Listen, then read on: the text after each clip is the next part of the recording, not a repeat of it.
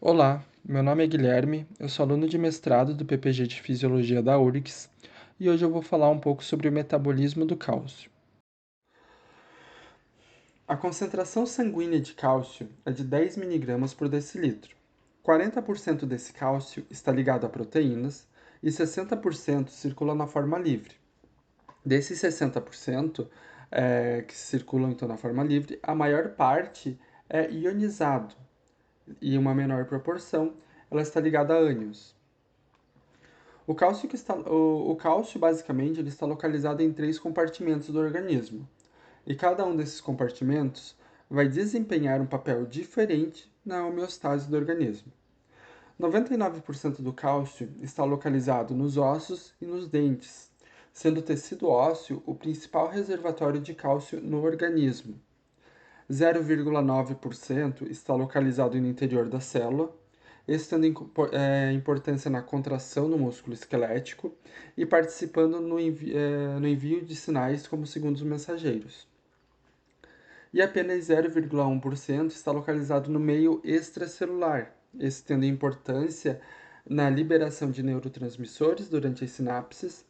Ele desempenha um papel importante na contração e no relaxamento do músculo cardíaco e no músculo liso, participa da coagulação sanguínea, participa da formação de junções e influencia a estabilidade dos neurônios. As concentrações plasmáticas de cálcio também afetam a estabilidade dos neurônios. Em casos que é observada uma redução nos níveis de cálcio, chamamos de hipocalcemia.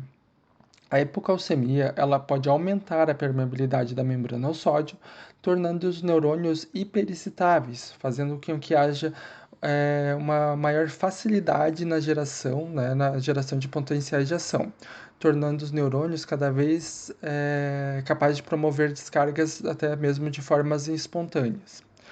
Já em situações que observamos o aumento dos níveis de cálcio, esse caso chamado de hipercalcemia, né? Na hipercalcemia a gente vai observar um efeito oposto, que sendo é possível observar até uma redução da atividade neuromuscular, por exemplo.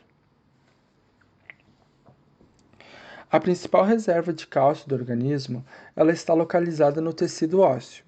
Como lá encontramos a principal reserva, é importante revisarmos a fisiologia do tecido ósseo. O osso ele é formado por componentes orgânicos e inorgânicos.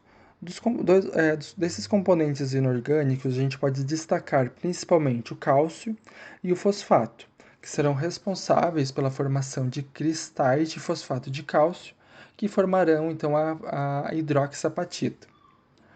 Além dessa matriz inorgânica, o osso é composto por uma matriz orgânica, e essa matriz orgânica é composta em sua maior parte por fibras de colágeno.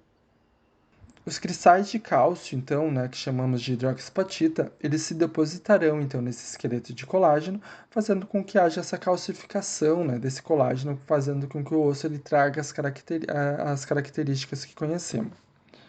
O trabalho de deposição e remoção do cálcio ele é feito por células especializadas, né, como os osteoclastos, os osteócitos e os osteoblastos.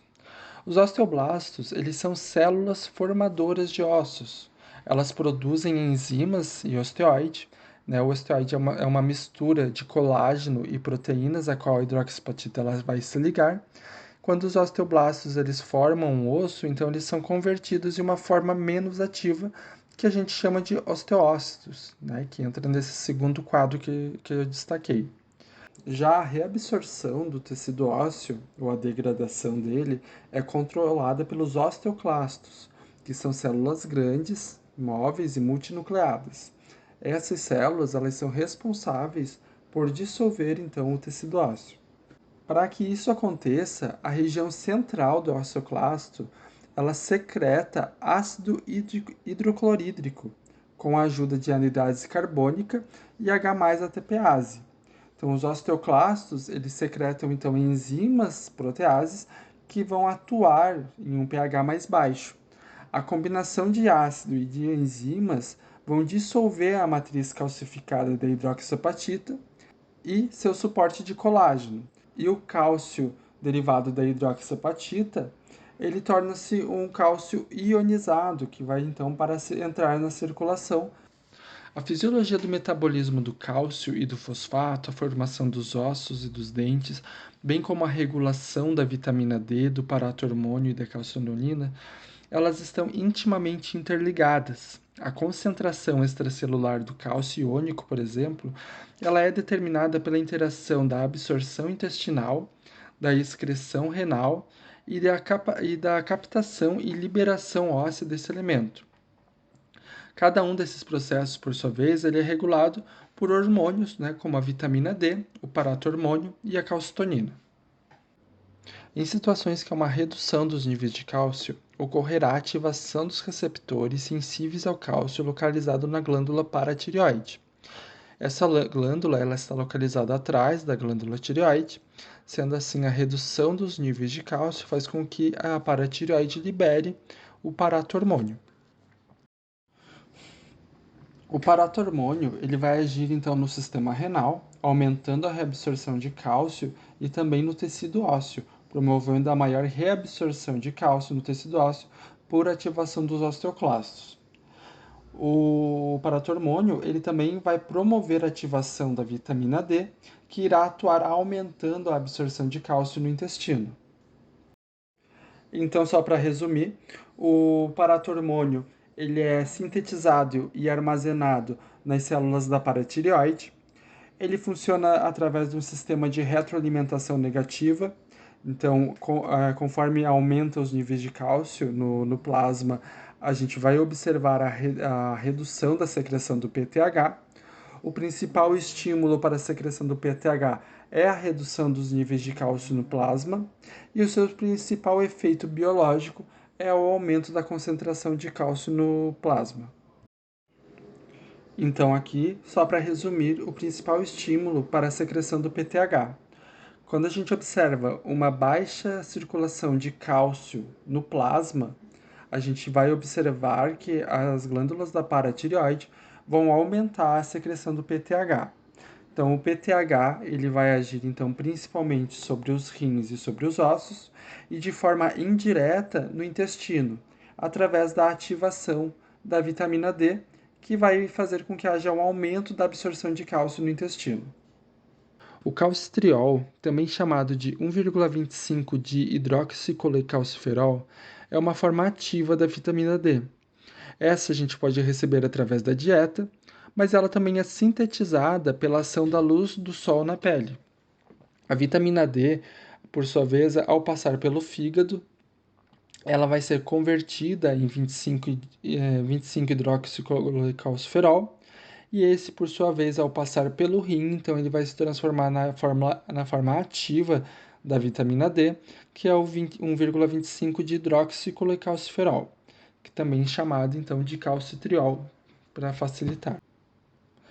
Essa etapa, então, essa etapa final, ela ocorre no sistema renal e ela é estimulada pelo PTH, pelo paratormônio. Esse hormônio, o calcitriol, ele vai agir, então, no tubo digestivo, aumentando a absorção intestinal de cálcio, e ele também agirá, então, agirá no tecido ósseo de forma conjunta com o PTH, aumentando a reabsorção de cálcio. Então, nesse quadro, a gente consegue ter um resumo geral do calcitriol. O calcitriol pode ser ingerido através da vitamina D, ou ela pode ser produzida através da pele com contato com a luz solar.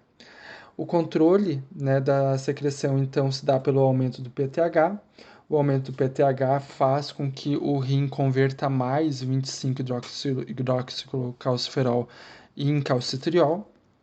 O principal estímulo é a redução dos níveis de cálcio, que vão estimular o PTH e, de forma indireta, vão estimular, então, o PTH vai aumentar a produção da formação de calcitriol. E os efeitos biológicos, então, é a maior reabsorção de cálcio no intestino. E o último hormônio que será discutido é a calcitonina. A calcitonina é liberada em situações que a concentração plasmática de cálcio está aumentada. Ela é liberada pelas células do tipo C da tireoide Em situações que há um aumento, então, dos níveis de cálcio, a calcitonina ela será liberada. E ela prevenirá a reabsorção óssea, aumentando a excreção renal. Porém, a calcitonina, né, ela não tem tanta função em humanos adultos, né? Ela não tem, segundo alguns estudos, ela não tem um papel tão importante na regulação do cálcio como os outros hormônios. Porém, ela tem esses efeitos fisiológicos que podem estar, sim, auxiliando na regulação do cálcio. Então, aqui estão minhas referências. Eu basicamente utilizei Fisiologia Humana do Silverthorne e também utilizei Fisiologia Médica do Guyton. Fica meu e-mail para qualquer dúvida, para eventuais dúvidas que possam surgir, e agradeço pela atenção.